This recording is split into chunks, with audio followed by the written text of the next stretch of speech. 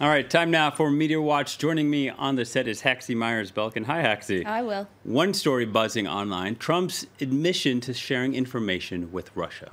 And let's start by looking at that tweet that launched several thousand other tweets.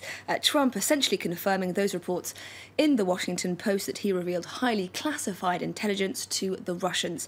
As president, I wanted to share with Russia, which I absolutely have the right to do, facts pertaining to terrorism and air flight security. Well, does he have that right?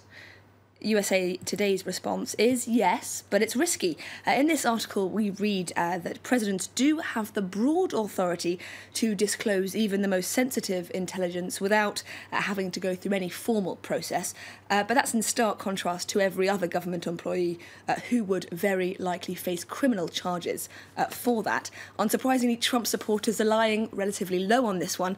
But one thing they do seem to be seizing on is that idea of transparency. Yes, he shared intelligence that maybe he shouldn't have done, but at least he's being honest about it. Something, according to this Twitter user, that other government officials don't do. Yeah, as their supporters saying that honesty trumps sound thinking, but not everyone's so convinced that Trump's actions were legally above the board.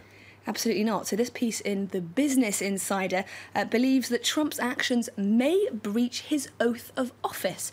The Post's report on Monday outlines how Trump's disclosures jeopardized a critical source of intelligence on the Islamic State group, which means that the intelligence shared wasn't a US secret, but rather a secret of a US ally.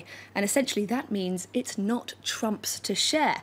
A security expert here is quoted as saying that if the information was shared on purpose, it would constitute treason. Another insists it's a stunning indication of his unfitness for office. And the latest revelations have placed not only Trump, but his Republican Party in hot water as well. Absolutely. So how are we at a point where giving classified intelligence to an enemy is a subject up for debate? Neither side does that. The GOP, the Republicans, own this now. It's up to them to deal with this. Now, that's one tweet that sums up a lot of the Twitter buzz around this story. A tweet from another account named Impeach Donald Trump. No prizes for guessing what they're trying to do. That reads, the GOP would rather protect a president who gives Russians classified information than live up to their oaths of office. Retweet if you agree. And as you can see there, quite a few people have been retweeting. And it's true that there has been notably a subdued reaction to all of this from congressional Republicans, but there are a number of high-profile Republicans sticking their heads above the parapet on this one. Anna Navarro, a Republican strategist and a staunch Trump detractor, has really been on top of her tweeting game with this one, referring to the fact that Trump based his presidential bid on denouncing Hillary Clinton's mishandling of classified information. She tweets, if Hillary Clinton leaked classified information to a Russian spook or diplomat, Republicans would be rightly drafting articles of impeachment now. And there's another tweet from here that I particularly liked.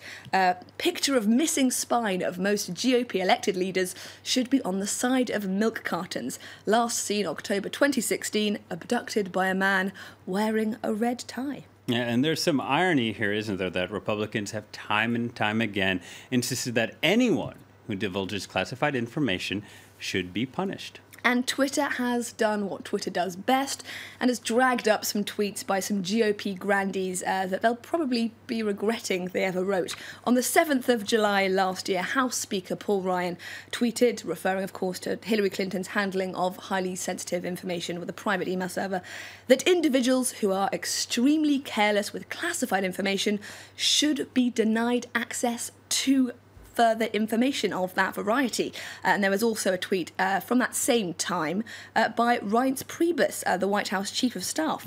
Those who mishandled classified information have had their security clearances revoked, lost their jobs, faced fines, and even been sent to prison. I have a feeling they'll be hoping Trump doesn't bring them up on those ones. And what's been the online reaction about Trump's motivation for sharing the intelligence with Russia?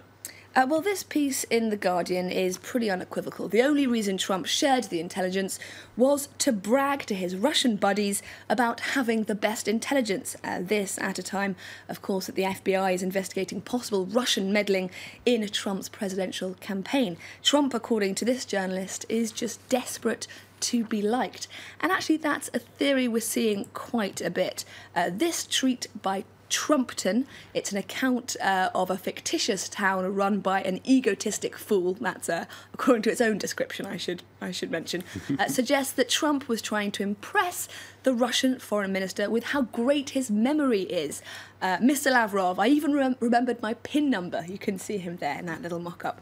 But for many, this is no laughing matter.